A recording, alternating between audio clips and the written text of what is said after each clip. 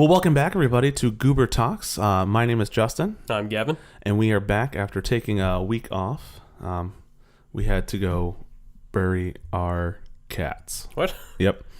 We had a cat funeral to go to. And it wasn't comfortable by any means, but, you know, we had to get stuff done.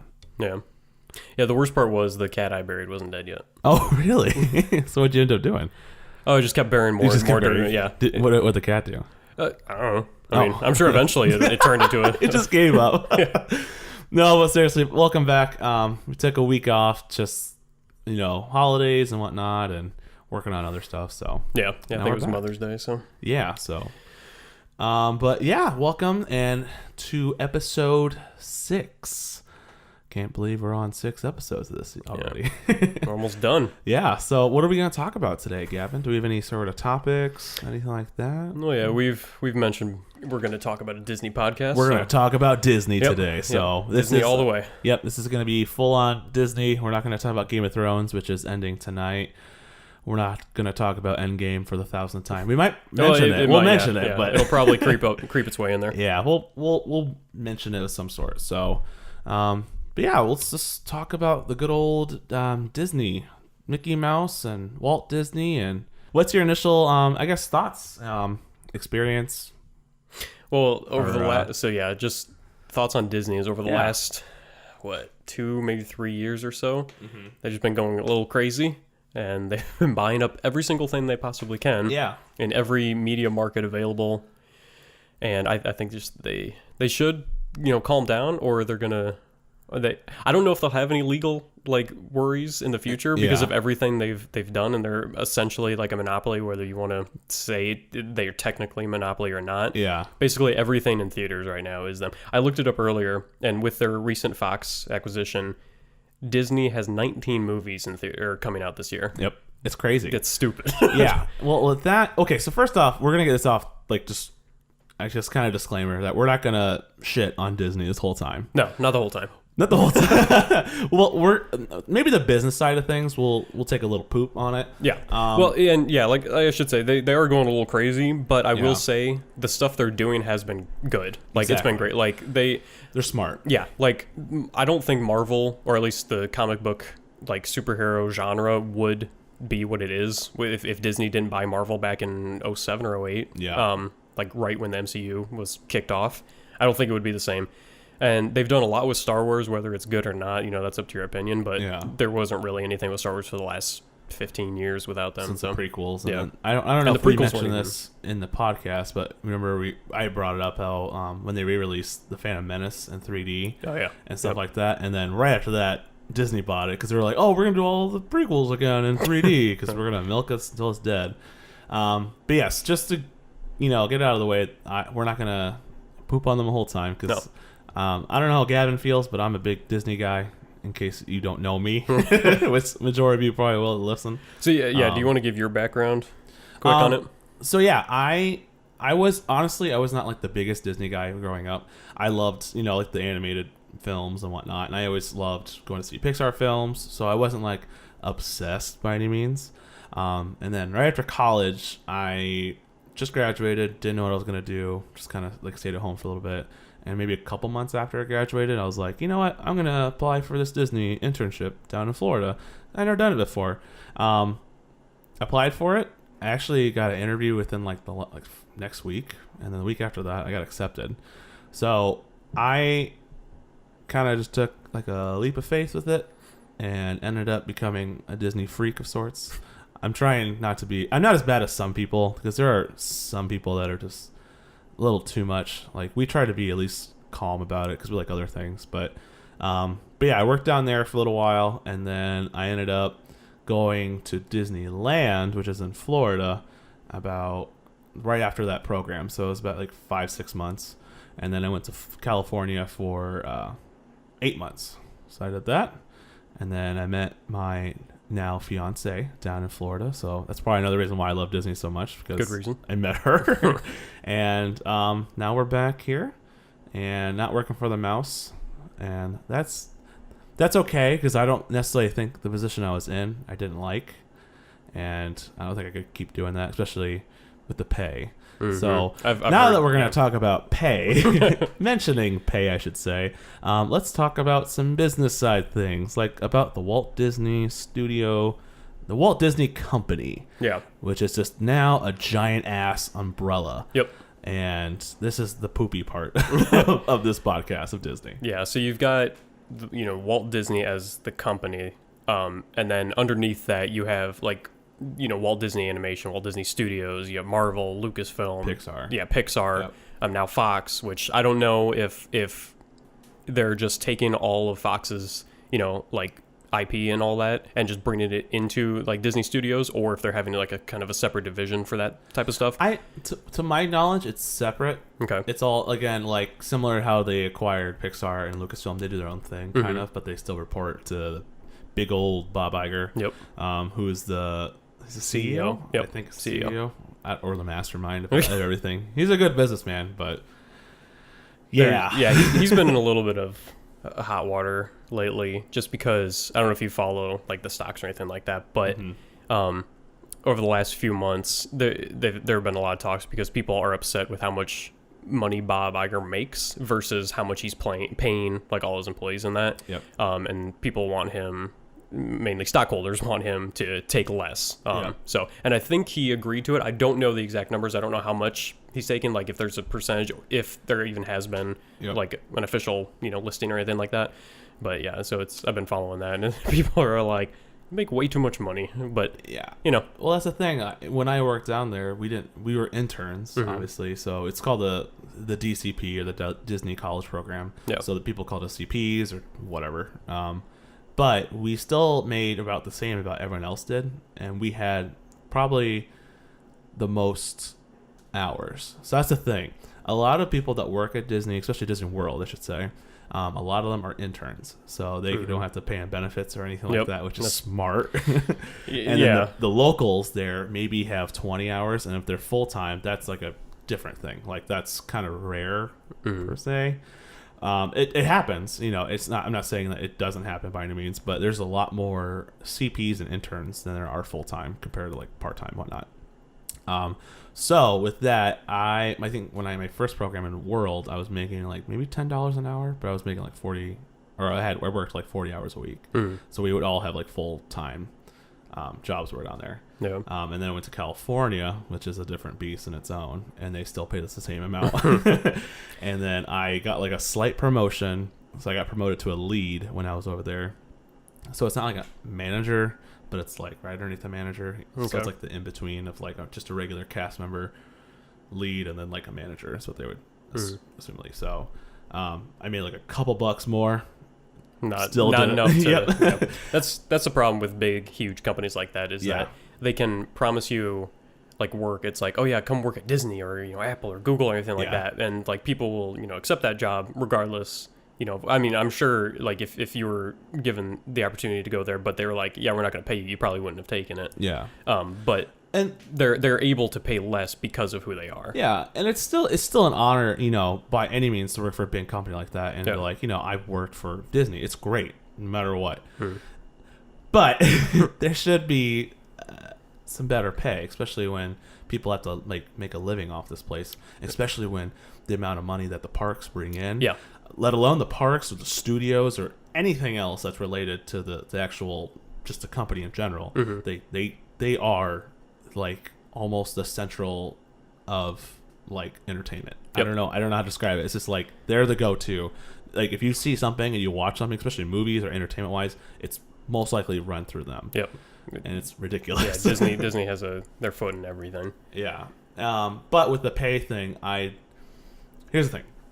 They maybe like a year or two ago, they promised a lot of people like, hey, if you work like full time, you get like this $1,000 bonus. We're just going to give all of our employees, or cast members per se, like a big bonus of sorts. And then everyone's like, oh, that's great PR, everyone's happy, yada yada yada. But then like maybe like a month or two after, when it was like actually happening, a lot of people didn't get it because they signed something within their contract and within like their own papers that said they couldn't take it, something along the lines of that. But I remember hearing about that because I have friends still down there, and they talked about it, and they're like, yeah, we didn't get that. That was kind of like a PR stunt. Yep. And that's kind of ridiculous. And And with that, I don't know if this is 100% like if it's as current, but I do know that a lot of the people there did get that $15 raise, which is or like from 10 to 15. Oh yeah. So per hour. So it's better, but still. Yeah, not. They make so much money that you could be paying a lot more, especially depending on where they work too. So. Mm-hmm. Yeah, and you hear that from a ton of big companies. Like Amazon just had that whole ordeal with their like warehouse workers, where they weren't getting paid nearly what they should be for the amount of hours they're working and all that. And then Amazon came through and said, it's like, okay, we're gonna raise everyone's minimum wage to 15 or 20, whatever it was, but like what they didn't tell all the news media and all that is that they're just going to take away like Christmas bonuses or like take the money away from other places. So really, like Amazon itself is not spending any more money; it's just reallocating everything. Yeah. And I don't think Disney would do that, because Disney is a much like their PR is much more important than Amazon. Oh, definitely. Yeah. Because that's kind of what they are. Like if Disney gets in a lot of like trouble, then people stop going to the parks, and then they make less money. Well, people are still going to buy from Amazon regardless. So exactly, and that's the same thing with Disney. But I think same with like the PR stunt or PR in general. I think what was it, like a couple years ago, Bob Iger refused or declined like Trump's invitation to some I don't know what it was exactly, but that was a big thing that he was like, I'm not going to go there because I don't want to. I don't know. He didn't really. I don't necessarily think if he like made a statement about it, but there was just reports that he declined to go to some Trump thing. Right. And whether or not he probably believes in his own politics. You know what I mean? Yeah. Probably being Bob Iger, because he's a millionaire. Yep. If not a billionaire. But I think it's just fascinating how PR is such a big thing, especially at the Walt Disney Company. Yeah, I just Google quick, and it says just the top hit on Google is Bob Iger's net worth is $350 million. That's a few dollars. A little bit, yeah. Yeah. It's some spare change here. Yeah.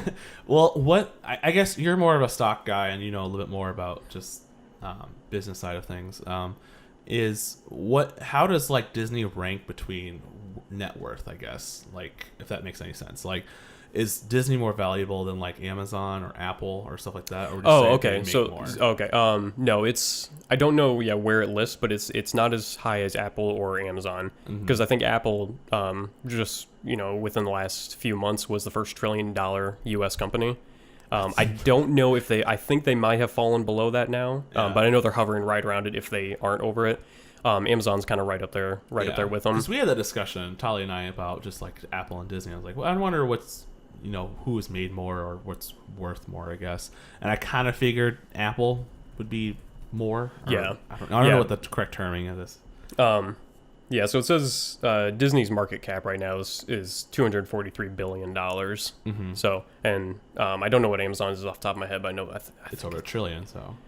I don't know if Amazon is yet. Oh, I'm sorry, Apple. Yeah, Apple's is $1 trillion at least. That's nuts. It's insane, especially when you think about the difference between like $1 million and $1 billion, and then you think the difference between $1 billion and $1 trillion. It's like vastly different. It's like that's a big wood. Yeah, it's like not even close. Yeah. But yeah, that the Apple's a whole different thing. But yeah, Disney's definitely doing fine for itself. And I don't know their exact breakdown, but I know. Because when you think of Disney, a lot of people right away think of the movies, but I know their parks industry and like the toys is like way up there. Like I think they make as much, if not more, on parks than they do on the movies. The movie side. We'll jump into the parks after we talk about some about the movies. But with acquisition, I guess we want to dive into like I don't know what kind of buyouts or whatever. Whenever they buy studios and whatnot. Yeah. So. Yeah, real quick, like based on the stock again. Which kind of leads into that, the acquisitions. So for the last year, they've been pretty stagnant in their stock price. It's just been kind of hovering around like 115-ish. The day they announced Disney Plus, it shot up like 10%. Yep. And it's been up there since, which is only like a month or 2 months. But it's a couple months. Yeah, but it's been up there. So that was definitely a good call on their part. And if they can pull through, then they're going to be. They're probably going to be over 300 million by the end of the year, depending on when Disney Plus releases. November? I think it's November. I think they had a release date. I think it was like November 13th. Okay. Like that. I knew some was in December, but that just might be a specific show or something. Star Wars? or for Disney Plus. For Disney Plus. Maybe that. Oh no, I think Endgame is released on there like December 5th or something like that. Or December 11th maybe. I heard it was releasing with it. Was it? Yeah. That'd be better. I'm gonna look into that while we bring up this next topic. Yeah. Go right ahead. Yeah. So earlier today, I was just looking at all their acquisitions over the last few years.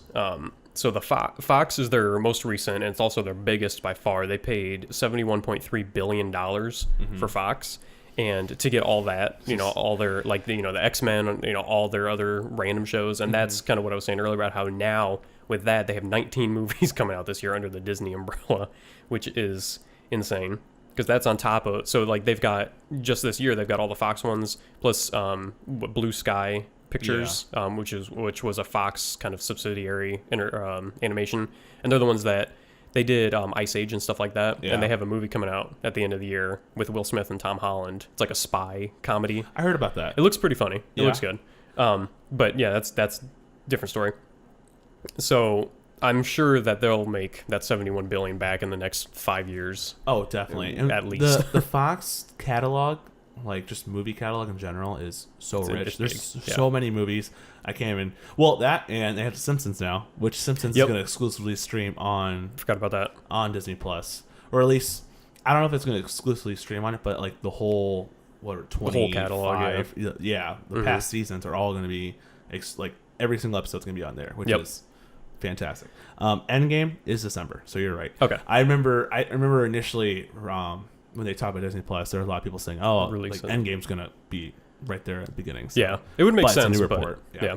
I'm sure Captain Marvel will release with it because that's going to come out sooner. And so with Fox, they also gained a larger portion of Hulu, and then I want to say it was last week they made a deal with Comcast.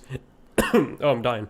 No, this is last podcast. They made an agreement or whatever that Disney now has full control over Hulu, which is nuts. Because I think didn't they initially have like 40 to 60% of Hulu? It was I think they had like 20 to 30, and then they got Fox, and it bumped it up to just under 50. Because I think once they cross that 50% mark, then they have full control. So I think they were under that still. I want to say they were in the 40s. And then now they have full control over Hulu, and that's kind of something I wanted to talk to you about to see if you have any ideas of what the future was, because I have 3 possibilities in my mind of what's going to happen. Either nothing's going to change with Hulu, and they're just going to keep it as just a secondary source of income because there's already however many millions of subscribers to it. The other one is they're going to pull all the Disney entertainment shows from Hulu, put them like just on Disney Plus, and then just keep Hulu for all the like NBC garbage or whatever, all those little shows that they don't want. And then the other one is that they let all the current deals run out, that, because like each show and each network has a deal, like 5-year contract or whatever. They're going to let all those run out and then just kill Hulu, move everything to Disney Plus. I think so. Initially, I think they're going to let their contracts run out for whatever they have with Hulu. And then at some point, whatever Disney property they have, because obviously that's not going to, they can do whatever they want. They don't necessarily have to be like bounded by that. Yeah. I think they're going to take all the Disney property, put it to the streaming service. So they're like, hey, you want all that Disney stuff? We'll pay the $7 or $6.99 that in our other streaming service, which is going to go up in the next year. Mm-hmm. I bet it'll be $8 or $9 by next December. You talking Disney? Yeah, Disney streaming. Oh yeah, Disney Plus. Well, which I think we're gonna just buy the year, just in case it does go up in the next year. Which I can definitely see them doing the thing where when it releases, it's the $6-7 that they announced, and then next year they'll say, hey, you can keep this at the price, but if you want, no commercials or something, kind of like what Hulu does, then you're going to pay $9. Or if you want this specific Mandalorian show, season 2 or whatever, you're going to pay extra and you get access to all these like tier 2 shows. Which I hope they don't. No, that'd be stupid. That'd be really dumb. But they should just learn by Netflix, because Netflix has done a good job. They've raised their prices, but that's because their shows. Like, I feel like Netflix throws money at their shows. Like, here you go. Here's all the money you'll want. And I feel like that's not really necessarily smart, because there's some hits on Netflix, but there are some huge misses on Netflix too. Which the scale does not tip in Netflix's favor on that. No, but I think they're going to run the contract, whatever contracts they have, and then again they're going to just move everything over to Disney streaming or Disney Plus, and then like kind of entice people to go over there. And then I feel like at some point they might like, I don't know. Part of me thinks they're going to keep it because there's so many subscribers there. You think they would just automatically transfer people, saying like, "Hey, Yeah. all Hulu members, that's what you I was now gonna have a say. Disney Plus." Yeah, And I can feel like see they're that. going to transfer people over there, so they're going to centralize it. Because it's the best way to take out your competition is Just to own buy it, it. just to be the competition. That's so, and that's the thing. I know this is not the most exciting part about Disney, like talking about it, because I love it so much. But I like variety in things, and I don't necessarily like how it's, again, under one umbrella. Yep. That's why I like going to see, like, even like Spider-Verse. That's not Disney. That's like a Sony animation. That's beautiful. Yeah. I like the Lego movies. Lego movies from Warner Brothers. Warner Brothers animation is great. I don't like how everything is just centralized into one place, and I don't know how I feel about that. You know what I mean? Because you need diversity, and you just kind of like again, variety of things to make it more interesting. Because then there's no competition. Yeah, and that's kind of what I was saying at the very beginning, where I don't know if legally there's anybody has any grounds to say that Disney is actually a monopoly at this point. Yeah. But if you look at, like just movie listings coming out, and if you see like, a Pixar movie and then a Disney animation movie, it's like those are essentially now basically the same thing. Yeah. Pixar usually isn't a musical while Disney is. Yeah. It's like that's the difference, but it's still a Disney thing. And then like DreamWorks will come out with a movie like maybe once a year, but probably more likely one every other year. Big ones at least, like How to Train Your Dragon and stuff like that. They have some smaller ones here and there. Yeah. DreamWorks, that is Fox. No. Who owns DreamWorks? Universal. Is it? Yeah. Universal. I'm pretty yeah. Because I was trying to think. So DreamWorks pretty much started as because the people who started DreamWorks were mad at Pixar, and that's kind of how it was founded. So I'd be real surprised if Disney bought up DreamWorks and they allowed it. It's definitely Universal now, thinking about it. Which I think Universal is a sub branch of Warner Brothers. Everything, yeah, and then it's probably Comcast owns all of it. Yeah. But with the Fox thing, there has also, they started off laying off people. Yep. So that's my biggest concern with it, because obviously a lot of people are going to lose their jobs, but they're kind of like brushing under the rug kind of thing. Well, they have to now, because that was one of the dumbest decisions they made. So they announced that the deal was going through officially, and then within like 24 hours they also announced that they're laying off like however many thousands of employees. It's like you got to give that time to cool down. You're like that's bad PR. Yeah, it's like you got to give everyone a chance to cool down and be like, all right, Disney now owns Fox, this and that's happening, and then later on say it's like, all right, unfortunately we're gonna have to lay off this many people because we already have animators or whatever. But they did it like back to back, and it did not go well. Yeah, because when they announced that, it honestly looked like they were just taking out competition. It didn't look like they were acquiring shows. It looked like they were like, all right, we're killing Fox. We don't care. Yeah. Which it shouldn't be that way. Let Fox be their own subdivision, similar how you do Lucasfilm and you do Marvel and even Pixar, because Pixar wasn't a Disney thing. They bought Pixar back in the day. Because when Pixar first started, Disney was just the distributor. Yeah. They didn't really have a hand in any animation or anything like that. And that might still be the case now, but Disney has a bigger grasp on it because they actually own Pixar. Yeah. Bob Iger has the last say on everything. Yeah, pretty much. Yeah. Yep. If he doesn't like how something's going, he's like, I don't know. Which we kind of talked about this with just with Star Wars, but that's why Solo was not as good. It's because Bob Iger was like, nope, we're sticking to this summer release date. And like, nope. You should have did in December. Honestly, even if it's crowded, release it, because I personally feel like Star Wars does better in like Christmas time. Yeah, statistically it has. Majority of the time it's come out during that time. Yeah, because the last two big films have come out in December, or I think Rogue One did as well. It did, yeah. So Solo's the only one that came out in summer. Yep. And it's also, there's just less competition at that point because, well, it depends. Yeah. There's less competition of that genre, like the sci-fi, action, all that stuff. There's a lot of Oscar bait movies that come out at the very end of the year just to get on the ticket for 2020, Oscar or 2019, depending on whatever year it is. But Star Wars, Marvel, they're not those kind of movies. So I know, which sometimes they should be. Do you think Endgame? Do you think Endgame should even get I'm not saying it should get like a full on like Best Picture award, but I definitely think it should get a nod. It should get a nod for special effects. Which I think last year, what won special effect? Let me look this up. It wasn't it wasn't Infinity War. I'll tell you that. What was it? Yeah, that was upsetting because I Infinity don't War remember. looked great. Yeah, I think Infinity War looks better, like visual effects wise, more than Endgame. Because Endgame, there's obviously there's visual effects in Endgame, but like there's just a lot of like dialogue. It's a very dialogue driven movie, which I'm okay with. By any means. It kind of needed it. But I feel like Infinity War had more of those like here's all this flashy stuff, and then it should have won the Oscar if anything. The only thing I didn't like was the Maw, that character.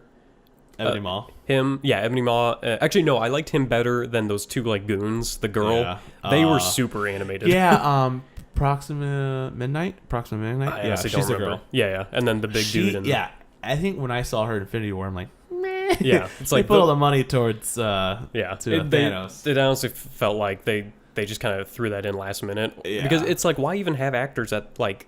Because if it was a 100% CGI character that didn't need to be. Exactly. Like, because it looked human...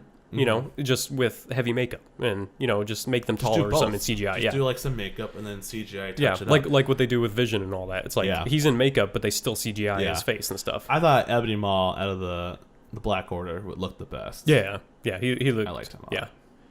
But anywho, yes. Back to So this is the business side of things. Bob Iger is Bob Iger, which. Like, part of me, I'm like, yeah, I love Papa Bob Iger, but at the same time, Papa? But at the same time, he's a businessman. He's trying to make more business money. First. And I feel like Disney Plus is going to be his send-off, because I think he's stepping down. Oh, really? 2020? As they announced that? Or? Yeah. Oh, okay. He officially announced that he's going to step down in the next couple of years. I think it's 2020 or 2022, sometime in the next... Okay, but he hasn't, like, said, like, June of 2020, I'm leaving. Well, I think... Not yet, at least. Let me look that up. Okay. Because I feel like if... The hard thing about Disney's companies, which might as well be Disney's at this point, companies of this size announcing, like, an officer leaving, like, CEO, CFO, anything, if they don't have someone already planned out, like, to take their place, it usually doesn't go well for, the stockholders and that. Because Funko just a few weeks ago or a couple months ago announced their CFO was leaving. Which is weird. In June, I think. Funko's different, yeah. Yeah. Like everyone just threw a fit because they don't. I mean, it makes sense because they don't have anyone to replace him yet. But yeah, if Bob Iger announces he's leaving, and if they say like this person is going to be taking over or stepping in, or it's like we have an idea between these people and we're just in talks, then I think it'll be a pretty smooth transition at that point. Yeah. So I was right. 2021. He said that he's officially going to retire. Okay. So that's when his contract's up. And then he just said he's going to live on an island somewhere. Yeah. Well, I think the streaming service is his big baby that Makes he sense. wanted to, kind of launch, make sure it worked well, and then,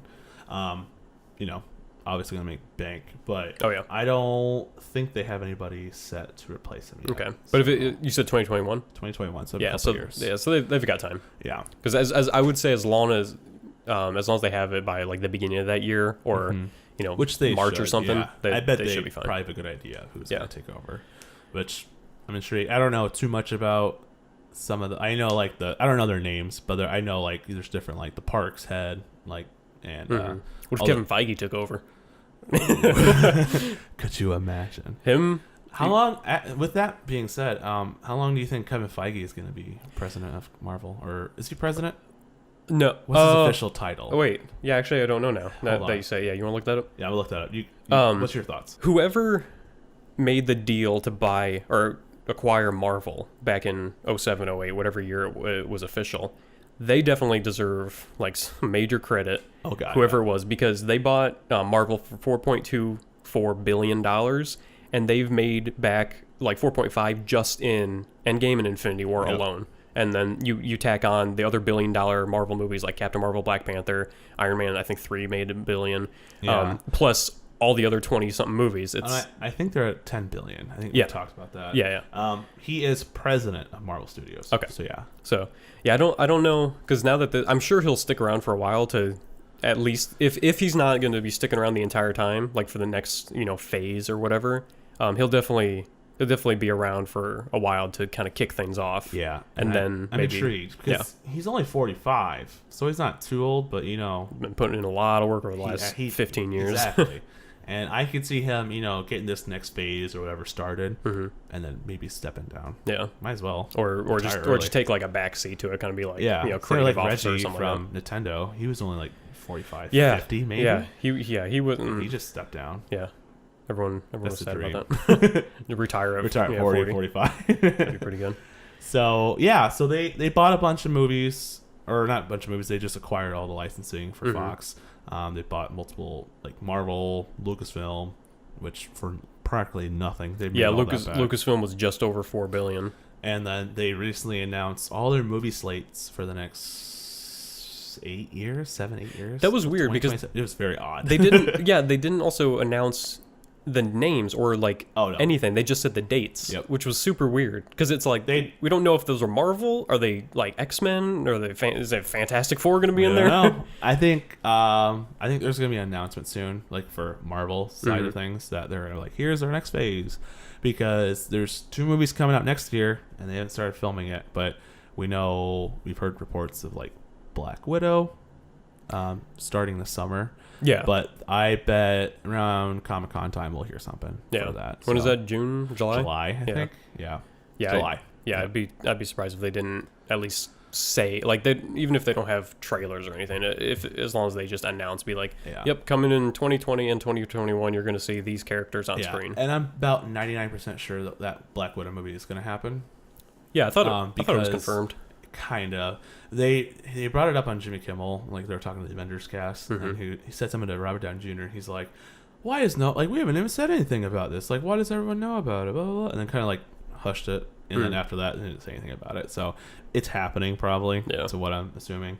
And then there was reports of an Eternals movie, which is going to be another cosmic based movie, which I'm all about. So bring on the new stuff. So they announced all these movies. They're coming out. They have release dates for Avatar. Yep, I saw that. So Avatar 3 and 4, or 2 and 3. So dumb. Yeah. I'm sorry. That's like 10 years too late. Because when did it come out? 2008, 2009. I'm gonna find this. It was 2009. Yeah. Yep. It's been 10 years. Which, I mean, if it's a continuation of the first Avatar, that's gonna be a little rough because that story wasn't, top notch. If they just use more movies, is my question. That's insane. I don't agree with that. Yeah. But because I mean, like we've talked before, I liked the first Avatar movie. Yeah, the story was weak, but the visuals were cool, and especially at the time because it was like a full, whole new world, and it was like pretty, photorealistic. Yeah. I haven't watched it in a long time, so I don't know if going back it would look weird. It might, because 10 years is a long time for that kind of tech to kind of downgrade in visual quality, but if it still holds up, then and they just build on that for the second one, then sure. Why they have multiple sequels, I don't know. They're not taking them this long to make it just a sequel. Yeah, it's not that good. Yeah, but now that they acquired it, I feel like they're gonna get the ball rolling because Disney's like, it'll make money. Which I don't know if it'll make Avatar 1 money, but it'll make money. Probably not. I don't think so. Yeah, I feel like the hype is dead. Yeah. I feel like the first one made so much because it was released in so many different varieties and different times. And I feel like with them like announcing all these sequels, that's a little much, especially when it's like, what if the sequel sucks? Yep. And, we gotta make more of them, and doesn't make it. What if it bombs? Yeah. Exactly. So I could see this timeline for Disney adjusting. So, so speaking of acquisitions and acquisitions or acquisitions, both acquisitions words. Speaking of all that, we're gonna jump into the park side of things. Okay. So, what's your experiences or knowledge or any I don't know. What do you know about the parks? Not a whole lot from like the actual park standpoint. Yeah. Like I always said, anything I really know about it from the business side is just kind of what they announce in their like shareholder meetings and stuff like that, saying, it's like, oh, our parks, last quarter made this much, and it's like we're planning on doing this. Since you own stock, do you get to listen to the shareholder meetings? I can, yeah. That's pretty cool. Yeah.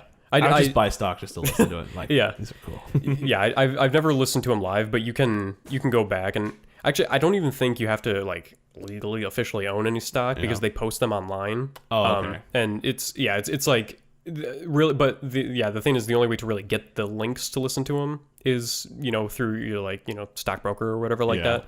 Or they email them to you, and then you can listen to the past quarters and stuff like that. So it's kind of cool just to hear. I think that's cool. Yeah, what their plans are. Because they do quarterly meetings, right? Yeah, so 4 times a year. Yep, companies have to do quarterly earning reports or shares and stuff like that. That's so cool. So, but speaking of shares, I know we just talked about this, but I to my knowledge, a lot of what they bought for Fox was with Disney share. Just shares. I did hear that, how the employees and Fox owners, Fox shareholders and all that, got some Disney stock on. So when companies acquire other companies, there's a few different ways they can do that. They can either essentially cash out all the current stockholders. So if you own 10 shares, you just get 10 shares of whatever your stock is worth. You just get that cash and you're done. Another one is a combination of that and new stocks, and then the other one is just all your Fox stocks are transferring to Disney. So it was definitely a combination of that they did for all those people, and the people working there and stuff like that. Yeah. So, but yeah, parks. Yeah. Go on. Yeah. So yeah, my knowledge for the actual parks is I've been there twice. I've been to Disney World twice. Mm-hmm. Once when I was 5, and the other time when I was 10. So it's been 16 years since I've been. It's been a while. Yeah, I only went once, and my parents would always go without me because they're jerks, and they don't listen to this, so you're a bunch of jerks. But I went when I was 10. I loved it, and after that, I think they used to go every other year or something like that. Yeah, I know it's expensive. I know it's expensive to go there. It's $100-something bucks for a day pass. So yes, I was just gonna bring that up. So since they bought Fox and they have all this stuff opening up. So if you didn't know, they're opening up a Star Wars land in 2 weeks. Oh, actually, wow. A Disneyland. So that's May 31st. Wow, that's really soon. That's next right week. Now. So they're opening up that exclusively in Disneyland, and then they're going to open one in Disney World in August 29th. Okay. They're a little bit behind. I think they got started on lands first. So if you don't know, because that's kind of their main one. Yeah. So if you don't know, by any means, I'm going to step back. There's 2 different locations for the U.S. parks. Yep. So there's Disneyland, which is the original Disney park, which is in California, Anaheim, California. And then there's Disney World, which is in Florida, Orlando, Florida. There's 2 parks at Disney in California. There's the original Disneyland, and then literally right across the street, there's California Adventure, which is, I believe, the newest between the U.S. parks, which I believe is 2003, 2004, something like that. So those parks, there's 2 of them right there. Disney World consists of 4 different parks. You got Magic Kingdom, you got Epcot, you got Hollywood Studios, and you got Animal Kingdom. MK, or Magic Kingdom, is, I believe, 47 years old. So it's not too old. Whereas Disneyland is 63, I think. Which is the one with the iconic castle. Correct. Yes. The original, quote unquote, original castle is in Disneyland. So it's a smaller version. It's tiny compared to Disney World. Yeah. Because I never been to Disneyland, obviously. So when I was so used to Disney World, I went to Disneyland, and it was just this is so tiny. I love that castle still. Don't get me wrong. But so they have the parks there. They're built. They had Star Wars for a while, and they're like, hey, we're gonna make a land, and instead of just making it one land over here, or over here, they're making 2 of them. It's practically the same land, I believe. I'm not 100% sure. I believe the world's a little bit bigger because they have more room to deal with, but yes, they're making the exact same park practically. So that opens up, and ever since then, ticket prices obviously hiked up as well. So your daily ticket at Disneyland is now $117 a day. A ticket. Yeah. So if you have a family of 4. Yep. And then peak days, or peak season, which practically will be summertime, which is probably right about now, is actually $135.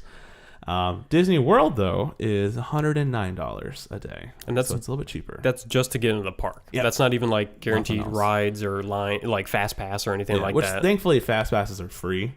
Which if you're at Disneyland, though, that doesn't make why though? Because if they're free, why doesn't everyone get one? And then fast pass, or you have to have the app. Oh, it's like a whole thing. Yes. Oh, okay. I was gonna say because if everyone gets it, then there's no longer any fast pass. Which I think, with land, you have to be in the. Okay, so they have this thing called Max Pass, which is like kind of a newer thing at Disneyland. Disney World has their own app, and you can, schedule like your fast pass, blah blah blah, all this stuff like that. At land, they didn't have that system. They had the old fashioned. You have to go to the attraction, like put in your ticket, and it'll pop up with another like, hey, come back at this time between like 8:30 and 7:30. That doesn't make any sense. 7:30, 8:30, vice versa. But come back between this time, give this to the person, and you can go through the fast pass line.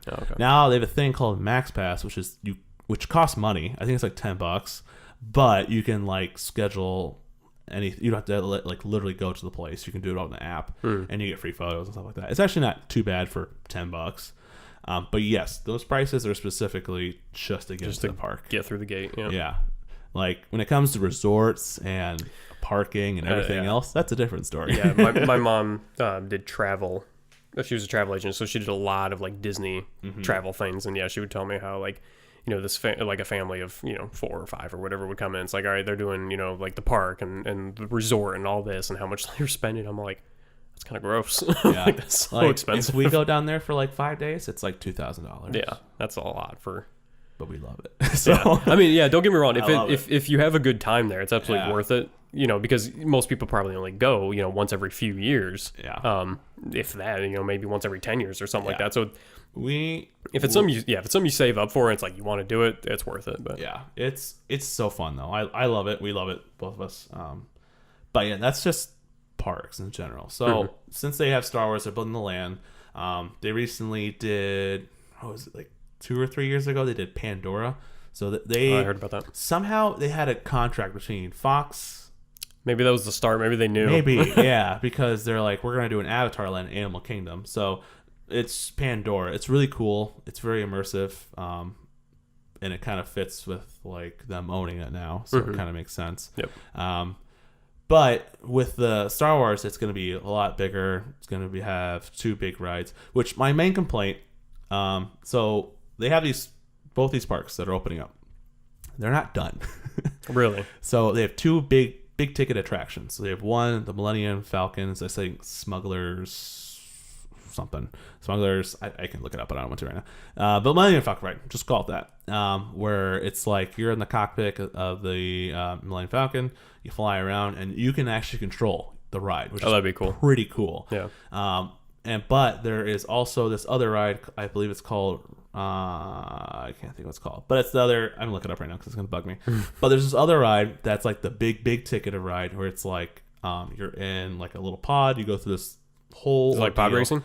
No, I wish. Oh. But you're in like, I believe, a First Order Starcraft ship. And you go through all this stuff. It's like a 40-minute ride, apparently. Oh, wow. It's like a movie. But it's not done.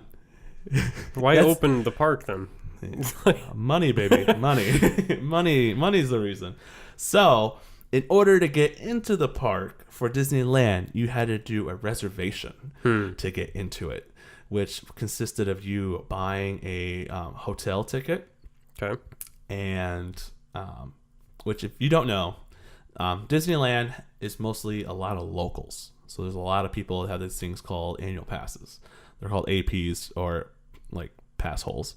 They are very apparent there, and compared to Disney World in Florida, it's mostly tourist based. There's a lot of tourists, not a lot of locals go. So since Disneyland's opening first, they're having their whole reservation thing done, obviously first. So you have to buy a ticket at the resort in order to get into the reservation. And I don't know if it was open to APs or anything like that, but for the first month, it's going to be reservation only. So not anybody can go into the park. Yep. And which, granted, there's going to be a lot of guests that go there that want to go, obviously, see Star Wars Land, and they can't get into it. Yeah, it's going to be kind of a bummer. Yeah.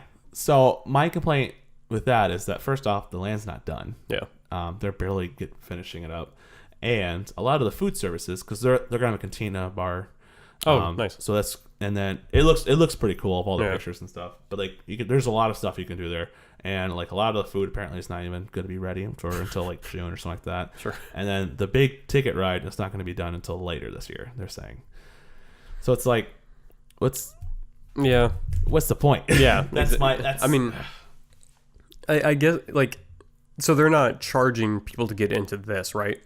Oh, right now they are. Oh, they are. Okay, that's stupid then. Like, because I could see if you want to open up, if the only things that weren't done were like the ride and like some of the the craft services or the food. Yeah.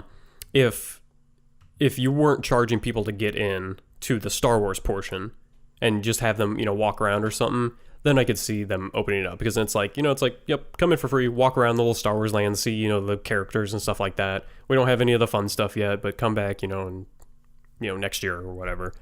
But yeah, if they're charging people to get in, but they don't have anything for them to do other than just walk around, it's like that's a little not right. It's just gonna be nuts. They had that one ride, but that just kind of limits it to and everybody trying to get on that one, and it's gonna be crowded. I know, and again, they have reservations, but I feel like they're gonna oversell it, so they can just cram people in there and see what the capacity is. But still, it's like a park in beta. Yeah, it's like they're just testing everything. Yeah, which is the weird thing. But the rides, it was Smuggler's Run for the Millennium Falcon, so I was pretty close, and then the other one's called the Rise of Resistance. Oh, okay, so it's going to be cool. I'm really excited for it because obviously we haven't been down since last year. But yeah, they have the two main parks opening up that. Also in Disney World, they have a Toy Story Land, which we haven't been to yet, but that's open, yes, like fully. That's actually open. And then they're just going to be doing a lot of stuff.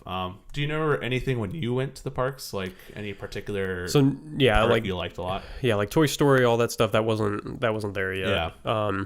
I know Animal Kingdom, Magic Kingdom, Epcot, all that stuff was there. But I think like the weekend we went, or the week we went, whatever, Epcot was closed for some reason. Yeah, like I don't know if they were building something new for it or like doing renovations or something. But I just remember we saw like the big Epcot ball thing, but we didn't get to go into the park. Don't know why. I don't remember. It was 15, 16 years ago. But yeah, I remember Animal Kingdom, walking around there. There was like a Bug's Life like 4D show where you have the glasses and like the smell and stuff like that. I remember that. What's it called, Tali? What? It's tough to be a bug. Tough to be a bug. Yeah. So yeah, they had that. That was always fun, especially as like a kid, because like you walk in there and you sit down and then like stuff's poking you in the back and stuff, like in your chair, and the weird things underneath are like whipping around. I used to love the Stitch ride. I don't know if you did that when you were down there. I don't think so. It was at Magic Kingdom. I went to it as an adult and I hated it. It's so uncomfortable and just the worst. Rides suck, man. Like they're fun. Like the fast ones are fun, roller coasters and all that. But like you get off, no matter what ride it is, you get off and you're sore because it's just a plastic. It's like a plastic baby seat you're strapped into. You can't move. Yeah. But it's great. I'd recommend you going back down there soon. Yeah. Especially Epcot. Epcot's much more enjoyable when you're an adult because you can just get drunk around the world. Nice. So there's just a lot of food. So if you don't know, the 4 parks at Disney World, there's Magic Kingdom, which is like the big castle. You got your classic rides. It's very similar to Disneyland. Mm-hmm. You got Hollywood Studios. That's where like kind of Star Wars is taking over. That's where Star Wars Land's gonna be, or Galaxy's Edge, at Disney World. So they have like Tower of Terror. If you ever heard of that, which is a pretty iconic ride. And then they have the Rock and Roller Coaster. Wasn't Tower of Terror? Wasn't there a movie based on the ride? Okay, it's Twilight Zone. Oh, really? Yes. Oh, I didn't know that. I thought it was. Yeah. What's the Eddie Murphy movie that came out like a few years ago? Yeah, that. I thought it was that. That's my favorite ride. Okay, so yeah, Haunted Mansion is at Magic Kingdom. That's considered a classic ride. It's turning 50 this year.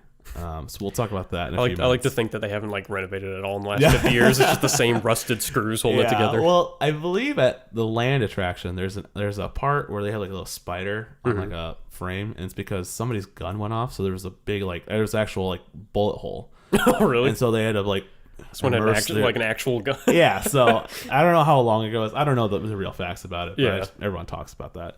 But that's in the California one. And then there's Epcot, which is just like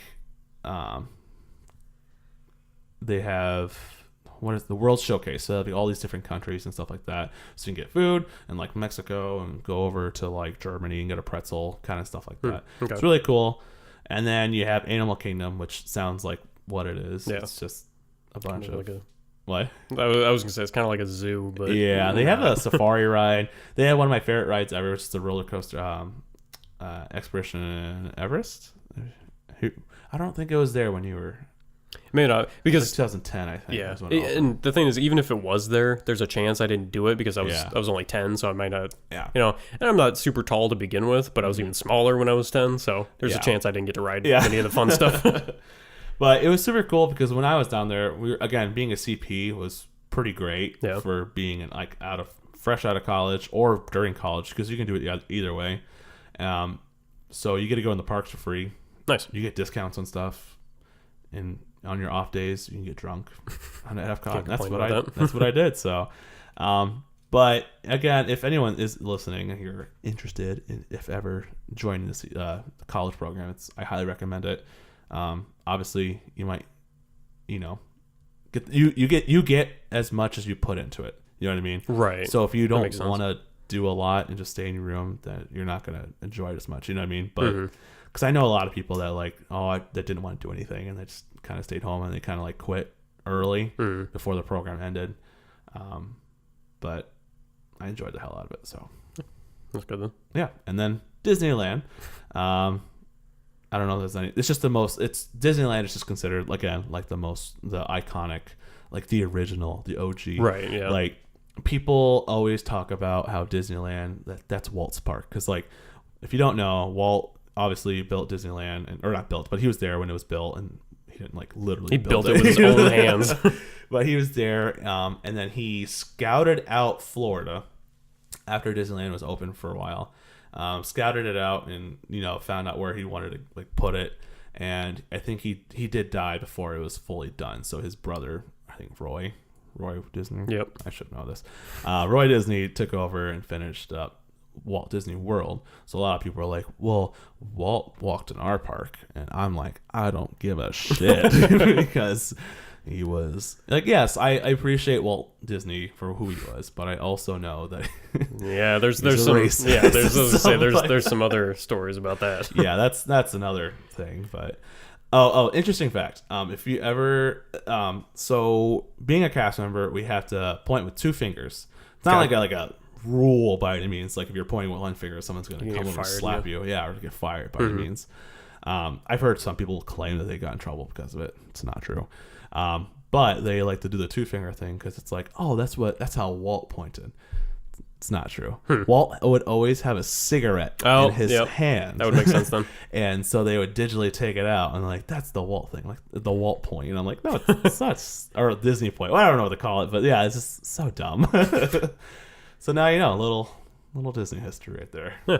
I worked at a place in college. It was just a little tech store, and we were told we're not if someone asked, where's the bathroom or something, we weren't allowed to point. We had to use our full open hand and gesture. I'm like, I'm not gonna do that. That's another thing. Apparently, it's rude to do it with one finger in some cultures, and that's another thing. Yeah, they're that's why we're doing it. But again, they're always like, it's Walt's thing. It's just I don't know. But yeah, parks are great. They're expensive as hell, but they're worth it. And it's weird how cheaper it is to go to Florida than California, especially when there's more to do in Florida. Yeah. But I love them equally as much. Disneyland's a little too small for me sometimes because it could be extremely crowded, and I just hate everybody. But also Disney World can be the exact same thing. Yeah, I was gonna say at the end of the day, it's probably going to be the same amount of crowd. Yeah, and the thing with Star Wars is that's going to bring more people to both areas. Yeah, especially the first few months. It's going to be, I feel like... Or the first few months, it's full. Yeah, I feel like the first 2 years are going to be pretty busy, which is awful because we go every year, and now we haven't gone this year yet, but speaking of Haunted Mansion, since it's its 50th year, they're throwing an event in August in California, and we're wanting to go. Yeah. Do you want to guess how much tickets are? Just for the event? Yeah. I'm gonna say $350 a piece. Close. Really? $299. Oh, okay. Yep. That seems about what they do. It's expensive, but Haunted Mansion is my favorite ride because it's just, I don't know, it's something about it I like the theming of it. It's not like a crazy thrill ride by any means, but it's just really cool. Yeah. And I remember as a kid, that was the first ride I went on, and the only ride I really liked because I didn't like roller coasters and stuff like that. But now I love roller coasters. But so we're thinking about maybe doing that, and there's a lot of exclusive merch and stuff like that. They even have a Funko Pop, exclusive Funko Pop. There you go. So we'll see. But they're only selling 999 tickets per event because there's 2 events. Okay. Because it's like 999 souls or whatever. It's a part of the theme. So, yeah, the parks. The parks are obviously a big generator of funds, and because I mean the parks have been around since pretty much the beginning. Yeah, for 63, 64 years, whatever it is. Yeah, almost. So, it's pretty nuts. And I love them, but they're just so pricey. And that doesn't include like flying there and staying there. But I again, if you've never been, I would suggest doing it at least once in your lifetime because it's awesome. Yeah, it's cool. And I would go without kids because Tali and I go all the time, and I don't know how I would deal with bringing kids or bringing another person with us in general. Yeah, if especially if they're like little kids, like. If you wouldn't take them, like if you have a kid of the age where it's like you have to consider taking them to a movie theater right now or not, probably shouldn't take them to a big theme park like Disney. Probably not. Like wait until they're a little older and can not fend for themselves exactly, but fend like for yourself, child. But like where you don't have to like be watching them 24 hours a day. But I'm interested to see their gross amount or whatever that they make off the parks, or how much it fluctuates in the next couple months. Once Star Wars. Yeah, once it opens, because obviously they're gonna make a lot of money. But again, you have to invest a lot of money into the building of the lands and whatnot. So that's one thing. I don't know how much they'll. Like what their positive return will be right away, and like that's for everything. Like with the Fox deal, because they paid $70 billion, it's like they're obviously not going to make that back in the next couple of years. Yeah, but eventually they will with all of those deals. And same with like Marvel and Lucasfilm. It's like they didn't make that back right away, but it's sort of an investment. They will. And I feel like Disney Plus will be that key factor that's gonna make them a ton of money. Yeah, obviously the parks are gonna make a lot of money in the movies and whatnot, but I feel like streaming service is a good thing to get into. Yeah, and I don't think they're estimating Disney Plus having a positive return until 2023, I think they said. Really? Yeah. Just because, the not ticket price, the subscription price is relatively low. Yeah. But they're gonna hike it up. Yeah, and they're they're spending so much money on all these shows that, they're the same with everything. Like when you introduce something new, the first year you're not going to be making any money. It's an investment. Yeah, exactly. Yeah. So, but yeah, they full on just said it's like we're probably not going to make anything until 2023. Which the fact that they just came out and said it makes everyone a little more at ease because now when 2020 2021 comes around and they're releasing their earnings. Yeah, exactly. But at the same time, there are other parts, again, like parks and movies, they're going to be money. So it's not like, we're losing money. They're not going to be in debt anytime soon. That's nuts. But I'm excited. I'm not excited. Okay, I'm excited to see what happens, especially with the parks, because like they're building more rides and stuff for like their anniversaries coming up. So you know what Tron is? I don't know if you like the last recent Tron movie. Of course I know what Tron is. You know Tron? What kind of question is that? The most recent one, like the Tron Legacy? Yeah. They made a ride in Shanghai. So there's 4 in Disney parks too. So there's Disneyland Paris. There's Tokyo Sea, and Shanghai, which is their most recent park, which I think opened up 2016, 15. It wasn't long ago. But they have a Tron ride, and it's cool as hell. They're bringing it to the States, and it's going to Disney World. Magic Kingdom. I might have to try that, because like the OG Tron, like 1980 Tron, it's like one of my favorite movies. Really? Yeah, it's like badass. And I like Legacy. I don't know how you feel about it, but I like it. Legacy's it's good. It's a fun movie. Yeah. It's it's whether it's ideal to the like original Tron idea. It's like it's a little different. But yeah, as far as just the movie goes, I think it's fine. Punk did all the music. Daft Punk. It's got great visuals and all that. A lot of people don't like it. I don't know why. That's one of the Disney movies I'm like, I should get some more love. Yeah. Or they should make another one. I'd be okay with that. Yeah, I think so. But these remakes, they need to stop. So obviously, Aladdin. You mean like Lion King and Aladdin and all that? Lion King. I get that's cool. Yeah. I'm all about it because anything blanking on his name right now. Who's directing it? Jon Favreau. Anything Jon Favreau does, give it to me. Yeah, especially with Disney. Like Disney's just like, you want to do that? Do it. I don't care. Just do it. Exactly. I feel like they give him like a blank check and said, "It's like what do you want? We trust you." But like Aladdin, like we're gonna go see it. It looks okay. Yeah.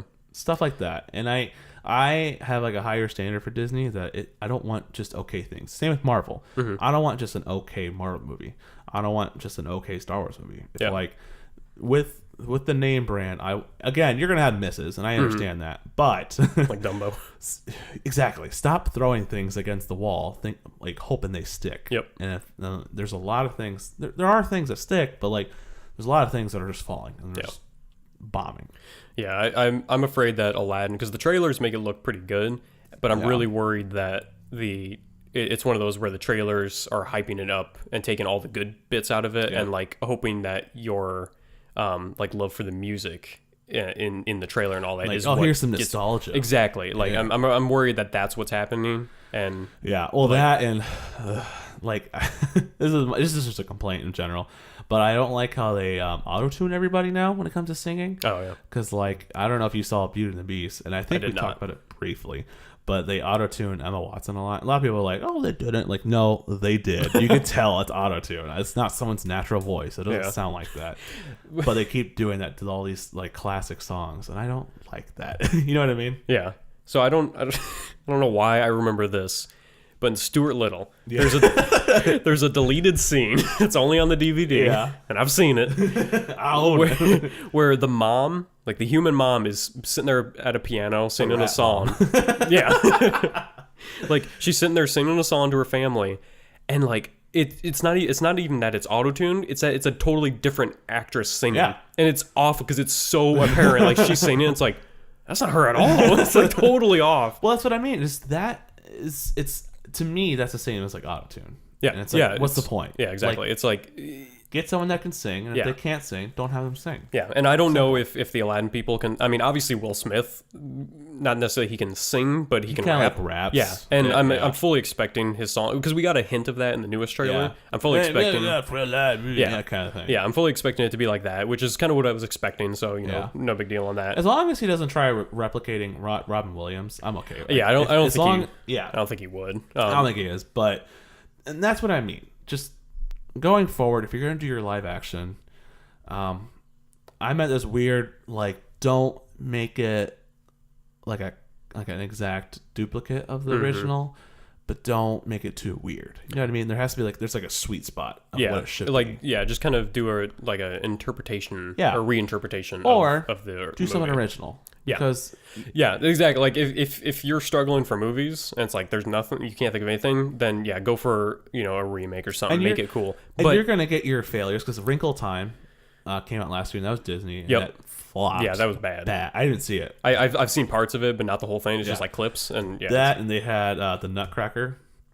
And, I don't remember that. Something Realms for I don't know, but I do remember that now. Yep, I heard that was trash. Yeah. And that's another Disney property because we went to D23 in 2017 when I was in Disneyland, which is like their big convention for Disney, and they showed us previews for those movies, and I was like, meh. But we also saw like the first footage for Infinity War, so before anything came out, we saw Thanos throw that moon. And I like shat myself. It was great. It was so fantastic. That, and they showed Lion King, the very beginning part. Oh, okay. So, but with that being said, like, just do something original and take those weird risks. Yeah. Because obviously Marvel was a risk, and look how that turned out. Yeah. Have you seen John Carter? John Carter Goes to Mars, or John Carter from Mars, whatever. John Carter with the guy from.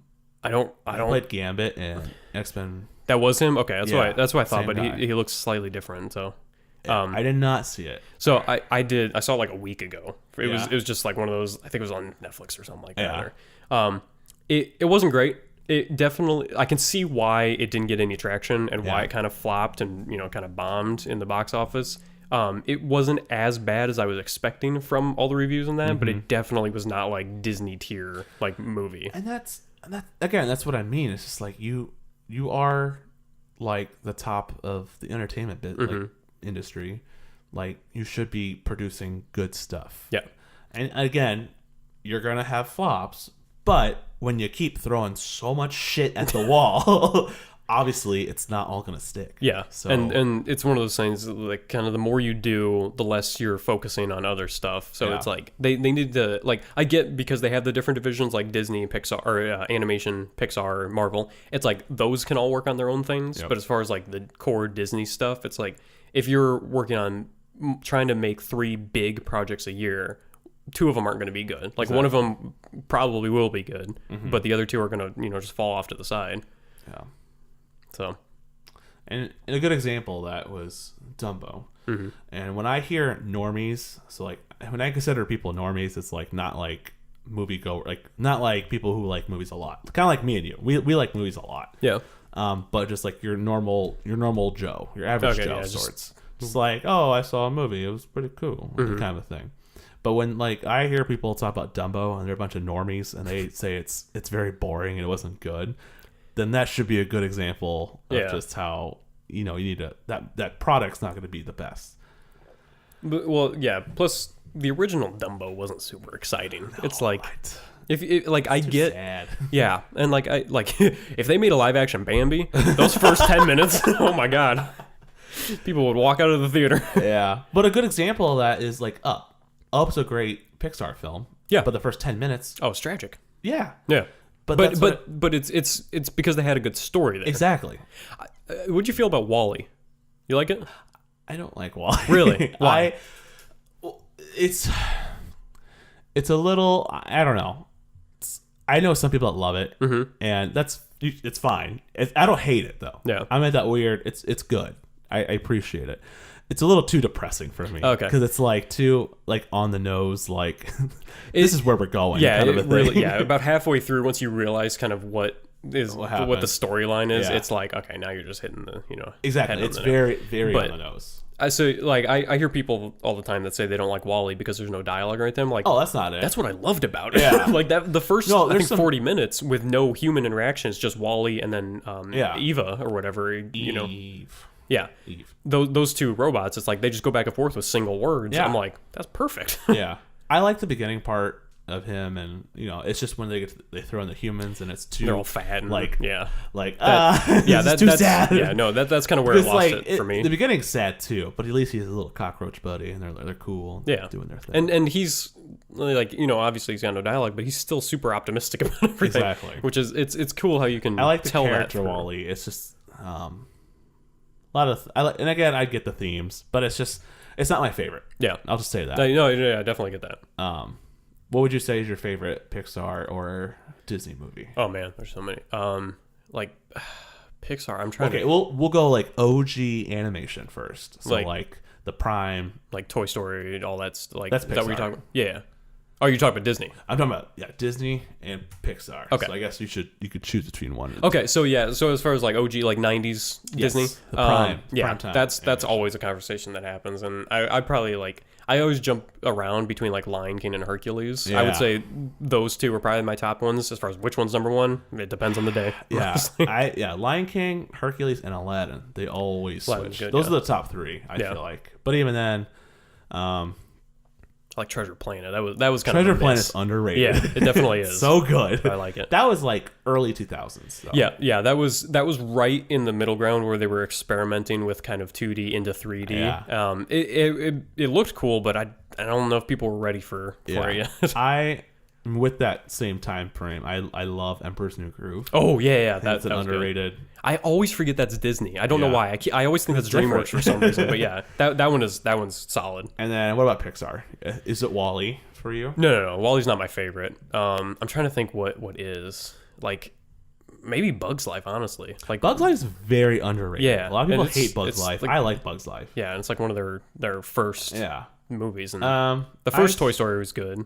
The sequels, they're good, but I think when I was watching them, I was like old enough where I'm like, I don't care as much about Toy Story at this point. Mm-hmm. So I can understand. I think 3's the best at all. Yeah, as far as like just movie goes, 3's definitely. It's got the best like story. If you would have asked me in high school, I would have said Up because I still love Up. Up's amazing. Mm-hmm. I say Coco now. Have you seen Coco? Yep. So Coco's good. It is fantastic. I can watch that any day. Yeah, I think the only Pixar I haven't seen is The Good Dinosaur. Same. I haven't. I've never seen it. Yeah, I own it. And I'm okay. But it's still shrink wrapped. I haven't opened it yet. I heard it's very. Because I joined the Disney Movie Club like last year, and that was one of like the 5 for $1 ones I got, and I'm just like, I haven't seen it. I'll pick it up. Haven't opened it yet. Yeah, that's what I mean. Going forward, I want more original animation stuff, some Pixar stuff, not just sequels. I'm excited for Toy Story 4, and because it's Toy Story. But I'm intrigued to see why they made another one. And where it's gonna go, especially since Toy Story 3 was like an ending. I think 3 had like the perfect ending. Just and then and then like 6 months later they're like, hey, we're making another. It's like, why? Like I mean, I know why. Money. Same with Cars. It's like the first Cars. The first Cars movie wasn't terrible. I like the first Cars movie. But then Cars 2, Cars 3, Planes, which I know is a separate thing, but it's not really. It's like I know Planes is Disney and Cars is Pixar, but. And I heard that Cars was like an attempt to attract more like younger boys to the Disney like name of sort, like something for them, because obviously a lot of like Pixar movies are like aimed apparently towards like girls. Really? I'm like, I don't see that. I don't buy it. I like all that stuff. There were plenty of boys that were into Toy Story. And that's why they try to integrate it like with the parks, because there's a Cars Land. In Disney in California Adventure, which is in California, so like the second Disneyland park. So, and that's part of the reason why they're doing it there. And they're kind of trying to do it in a world right now. But the 2 sucks. I don't care who you are. It's not a good movie. It's really just boring. A cash grab, And 3 is okay. 3 is all right. We have 3. 1's still the best. Yeah, because one is still like a good movie. Yeah, it's original idea from them. Yeah. I'm interested to see where it's gonna go. And then animation has Frozen 2 coming out this year. It's gonna make a lot of money. Which Frozen's actually a good movie. It's just overhyped. Yeah, I think that's the main thing. I would agree. It's like really well animated. And because I loved Frozen when it came, like when I saw it in theaters. Because again, I think that was when like my Disney, not obsession, but like how much I liked Disney was starting to like come about. Because I was like watched a lot of Disney movies before I applied. But when that movie came out, I was like, oh, this is a really good movie. It's good music. Everything's good about it. And then I think when it released on like DVD and like Blu-ray, then it was just everywhere. And then the re-release in theaters it had sing along and stuff like that. And how like the one song defines the movie, which I hate, because like the song, whatever, a one-time listen, it's fine. It's not going to kill you if you hate it. But then how everything just replays that song over and over, and how Kingdom Hearts did the entire song, and it's like that's the movie. Have you seen Moana? Yeah. Oh, that one's up there with my favorites too. That's not Pixar, but that's animation. Yeah, that's Disney. Animation's. I really like animation. I think animation's been on a pretty hot streak, except for they've been because they have Tangled, Frozen, Moana, Wreck-It Ralph. I haven't seen either of the Wreck-It Ralphs. Wreck-It Ralph's one of my favorite movies ever made. The first one or both? Yes, the first one. Second one's really good. No. But it doesn't have that magic for the first one. That makes sense. There's some really good. I want to watch that now. There's some really good stuff in the second one. But the first one is just I've watched it like 1,000 times. I feel like it's a replay video movie for me, and I just absolutely love it. But animation's been on a hot streak. They had Big Hero 6, which I really enjoyed. That was pretty good. But Moana's really good. I think the music in Moana's really great. A lot of people hate that Shiny song. That's great. I'm one of the people that loves Shiny. I think it's really good. Like Crab. Yeah, he's great in that. Because it's the same guy. Jermaine, Jamie, or what's his? Jermaine, Jermaine Clement or something like that? Yeah. From Flight of the Conchords. Yeah, that's so really good. Moana has one of my favorite animated shots. It's towards the very end. When she's walking. And in the ocean in the background? Yes. Yeah. Beautiful. That's like my favorite, because it's in slow mo and her hair's going slow mo, but she's like singing. How did it not win an Oscar? I know why. Because Zootopia, which I love Zootopia too. That was a hard year for animation for me, because I was like, I love both these movies, but because like Zootopia, I don't know if you've seen Zootopia. I have. There's a lot of big names. And, the racial racial themes, and that's like definitely the big thing, and of course like the Academy is all about.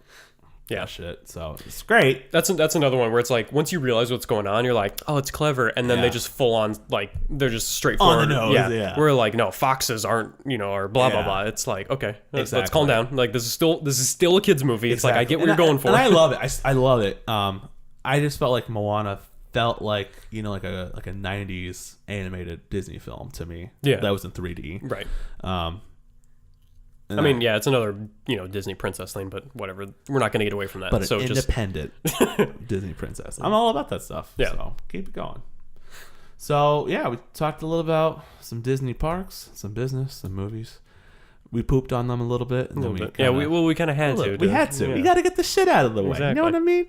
Because it's every company and business is not perfect, and of course, for them to be successful, they have to be businessmen. Yeah, and like that's part of business. Yeah, and like you mentioned earlier, it's like I own some stock in Disney, and it's like I wouldn't do that if I thought they were going to fail. So exactly. It's like I'm comfortable talking about all the like negatives with it because I know it's like there's still going to be their content is great. Yeah, unless Bob Iger comes out tomorrow and stabs someone in the like street, it's like I'll watch that. Someone record that, please. Yeah, it's like that might change things. Yeah, but, and I guess when it comes to their content, it's mostly the live action stuff that I have issues with, rather than their animation and like everything else, because they've been pretty up to par, if not more.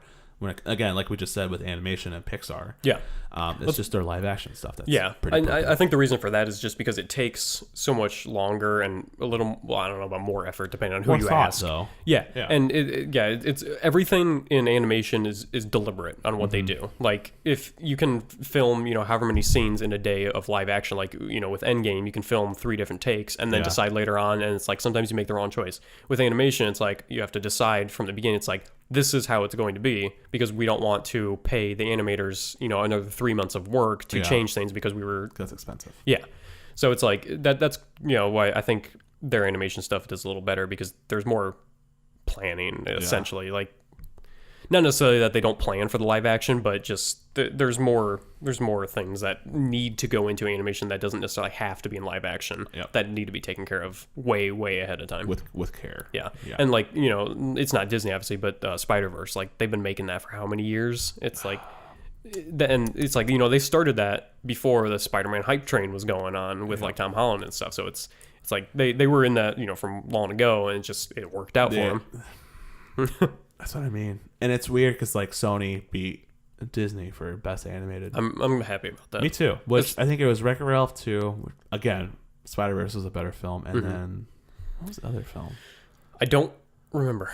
There was another Disney film. I think there was 2, because they always I feel like they always come out with 2 a year. Yeah. Because Coco won last year, which it should have. Coco, and what was it? I honestly don't remember, because I do remember it was one of those things where I'm like, I hope it's not Wreck-It Ralph, and I hope it's not this other thing. And then Spider-Man was announced, and I'm like, yay. Yeah, Spider-Man. And I'm glad Sony's going to be, hopefully, not hopefully, this is completely different from Disney, but they gave, who are the guys that wrote it?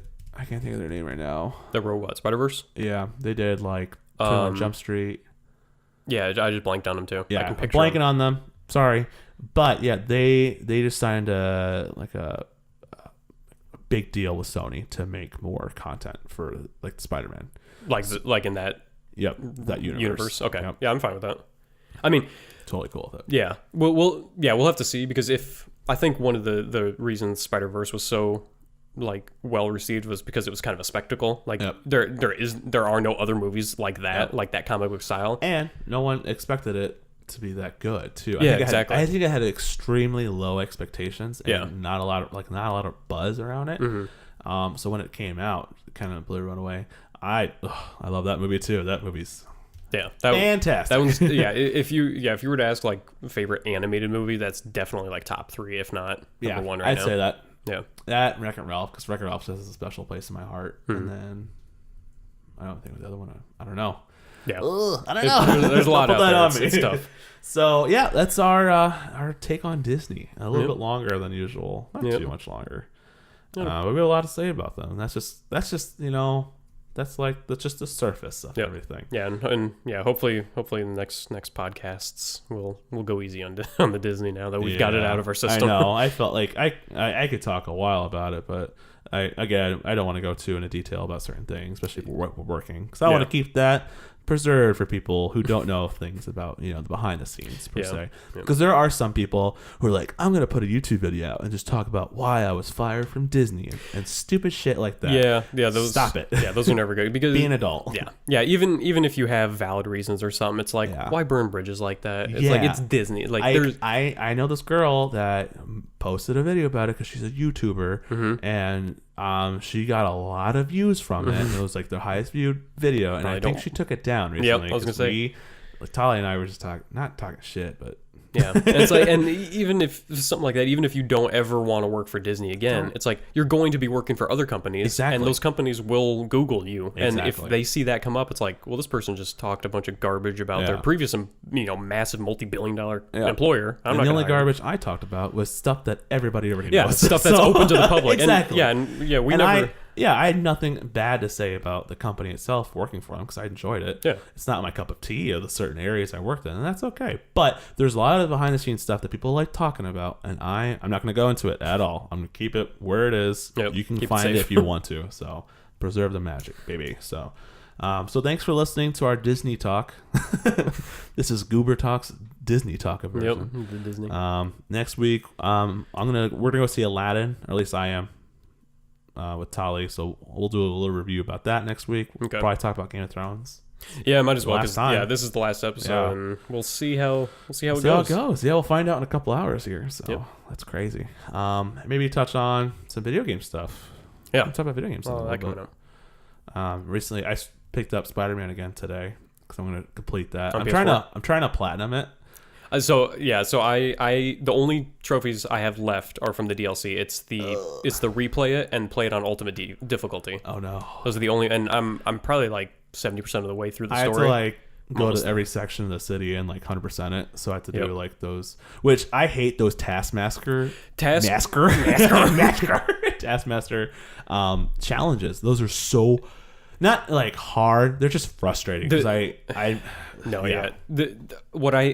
Taskmaster is awful. What's even worse is what's her name? The social media girl.